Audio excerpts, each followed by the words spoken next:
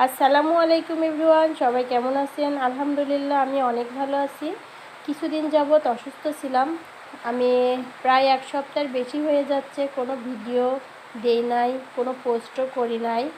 তবে মন মানসিকতাও ভালো ছিল না অসুস্থতার জন্য। হালকা এখন সুস্থ, ভালো লাগছে আলহামদুলিল্লাহ। তো মনে করলাম আজকে খিচুড়ি রান্না করব। বিকেল থেকেই বৃষ্টি, আর বৃষ্টির দিনে কেই বা না খিচুড়ি পছন্দ করেন, সবারই খিচুড়ি পছন্দ। সব ধরনের খিচুড়িই যেন বৃষ্টির দিনে ভালো লাগে। আর আমি ইজিভাবে এই খিচুড়িটা রান্না করছি। অন্য খিচুড়ি রান্না করলে আমার মেয়ের বায়না খিচুড়ির সঙ্গে মাংস করতেই হবে, কিন্তু অত ঝামেলা আমার ভালো লাগছে না। এখন রাত বাজে 10টা, এই খিচুড়িটা রান্না করে আমি এখন খাবো। আমার খুবই ভালো লাগে গোটা মসুরের এই খিচুড়িটা, এবং আমার হাজব্যান্ডও খুব পছন্দ করে।